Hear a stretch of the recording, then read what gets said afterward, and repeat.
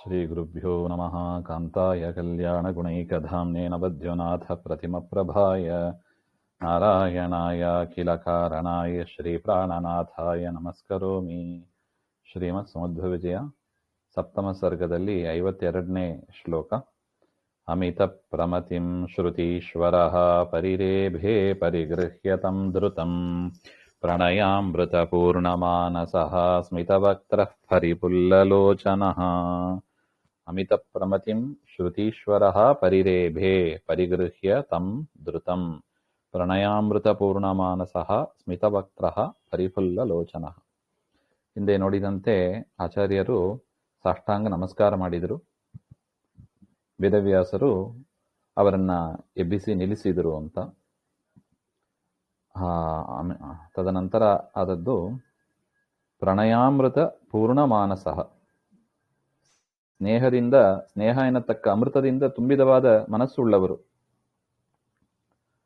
ಮತ್ತು ಸ್ಮಿತಂ ಮಂದಹಾಸದಿಂದ ಕೂಡಿದವಾದ ಮುಖವುಳ್ಳವರು, ಪರಿಪುಲ್ಲ ಲೋಚನ ಚೆನ್ನಾಗಿ ಅರಳಿದ ಕಣ್ಣುಗಳು ಉಳ್ಳವರು, ಶ್ರುತೀಶ್ವರ ವೇದಗಳಿಗೆ ಒಡೆಯ ಅಂದರೆ ಶ್ರೀ ವೇದವ್ಯಾಸರು, ತಂ ಅಮಿತ ಪ್ರಮತಿಂ ಆ ಪೂರ್ಣ ಪ್ರಜ್ಞಾಚಾರ್ಯರನ್ನು ಕೂಡಲೇ ಪರಿಗೃಹ್ಯ ಹಿಡ್ಕೊಂಡು ಪರಿರೇಭೆ ಆಲಿಂಗನ ಮಾಡಿಕೊಂಡ್ರು ಅಂತ. ಯಮಜಾಂ ಯುಧವಾಹವೂರ್ಜಿತೋ ಯದಿ ಜಾಂಬೂನದವಾರಿ ಸಂವ್ರಜೇತ್ ಕನಕದ್ಯುತಿಮಧ್ವಸಂಗವಾನುಪಮೀಯೇತ ಸತೇನ ನೀಲಭಾಃ. ಯಮಜಾಮಿ ಉದವಾಹ ಊರ್ಜಿತಃ ಯದಿ ಜಾಂಬೂನದವಾರಿ ಸಂವ್ರಜೇತ್ ಕನಕದ್ಯುತಿಮಧ್ವಸಂಗವಾನ್ ಉಪಮೀಯೇತ ಸಹ ತೇನ ನೀಲಭಾಃ. ಯದಿ ಊರ್ಜಿತಃ ಯಮಸ್ಯ ಜಾಮಿ ಉದವಾಹ ಅಂದರೆ ಯಮನ ಸಹೋದರಿ ಯಾರು? ಯಮುನಾ. ಆ ಯಮುನೆಯ ಪ್ರವಾಹ ಅಂದ್ರೆ ಇಬ್ಬರು ಆಲಿಂಗನ ಮಾಡಿಕೊಂಡದ್ದು ಹೇಗಿತ್ತು? ವೇದವ್ಯಾಸರು ಮತ್ತು ಮಧ್ವಾಚಾರ್ಯರು. ಅದು ಹೇಗಿತ್ತು ಹಾಗೆಂದ್ರೆ, ವೇದವ್ಯಾಸರು ಸ್ವಲ್ಪ ಕಪ್ಪು ಬಣ್ಣ ಮತ್ತು ಮಧ್ವಾಚಾರ್ಯರು ಅವರು ಸ್ವಲ್ಪ ಬಿಳುಪು. ಅದರಿಂದ ಹೋಲಿಕೆಯನ್ನು ಕೊಡ್ತಾ ಇದ್ದಾರೆ ನೋಡಿ. ಯಮುನಾ ಮತ್ತು ಗಂಗೆ, ಆ ಗಂಗೆ ಯಮುನೆಯ ಸಂಗಮ ಆದಂಗ ಆಯಿತು ಅಂತ.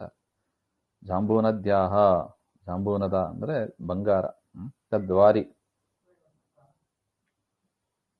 ಕನಕಾದ್ಯಾಹ ಸಂಬಂಧಿ ಅಂದ್ರೆ ಬಂಗಾರವನ್ನೇ ಹೇಳ್ತಾರೆ. ಆದ್ರೆ ಆ ರೀತಿಯಾದ ಕಾಂತಿ ಪಡೆದಂತೆ ಆಯಿತು ಅಂತ.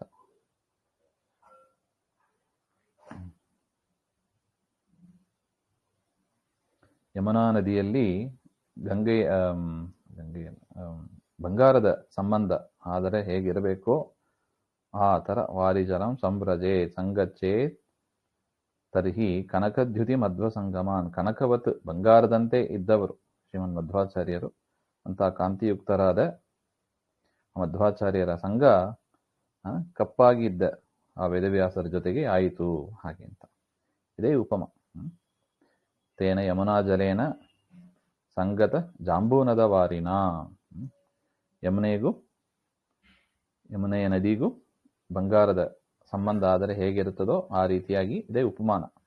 ಆ ರೀತಿಯಾಗಿ ಅಲ್ಲಿ ಇತ್ತು ಅಂತ ಒಟ್ಟು.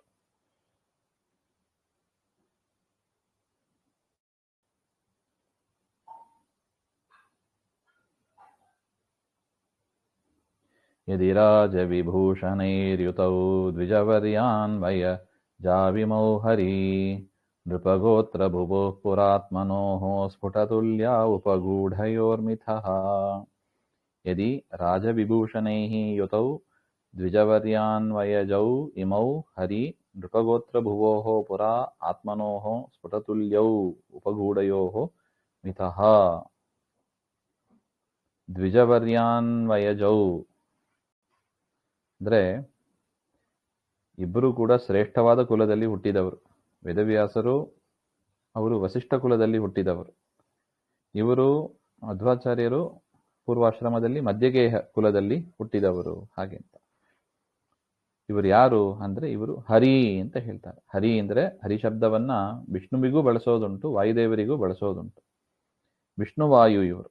ವೇದವ್ಯಾಸರು ಅಂದ್ರೆ ಸಾಕ್ಷಾತ್ ವಿಷ್ಣುವಿನ ರೂಪ, ಮಧ್ವಾಚಾರ್ಯರು ಅಂದ್ರೆ ವಾಯುದೇವರ ರೂಪ. ಹಾಗೆ ಅಂತ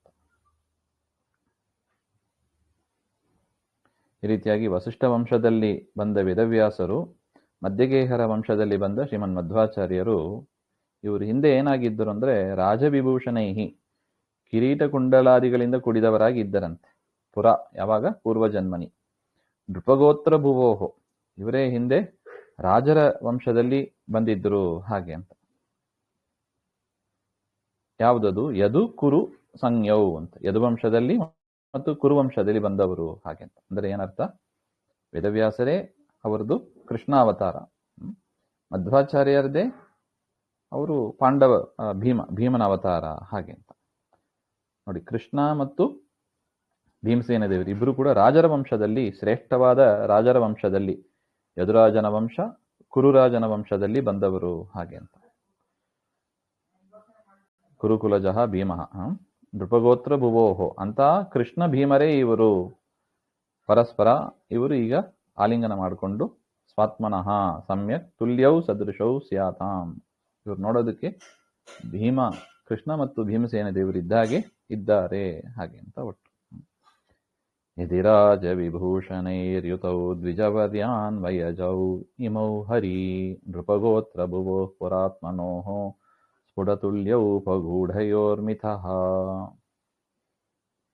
ಶ್ರೀಮದ್ ಅಂತರ್ಗತ ಶ್ರೀಕೃಷ್ಣಾರ್ಪಣಮಸ್ತು. ಶ್ರೀಹರೇ ನಮಃ.